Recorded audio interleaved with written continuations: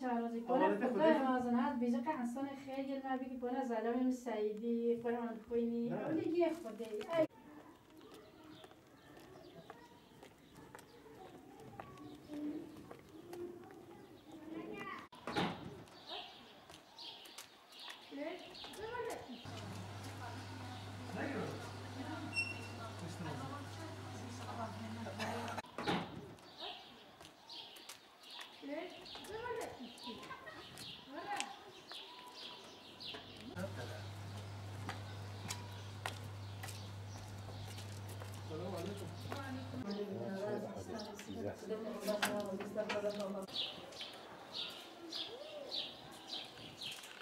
Yetimler Vakfı Cizre temsilciliği olarak uluslararası yardım kuruluşu olan Avrupa Yetim Eli'nin Cizre'mize göndermiş oldukları gıda kolilerini yetim ailelerimize takdim ettik.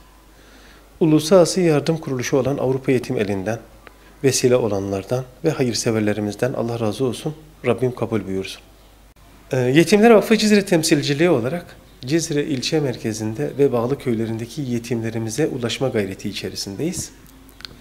Bizler burada Yetimler Vakfı Cizre temsilciliği olarak siz hayırseverlerimizin ne yardımı olursa, gıda kolisi, giyim yardımı, nakdi yardım, ayni ve nakdi ne yardımlarınız olursa yetimlerimize ulaştırılmak üzere aracı olarak burada her zaman hazır olacağımızı belirtmek istiyorum.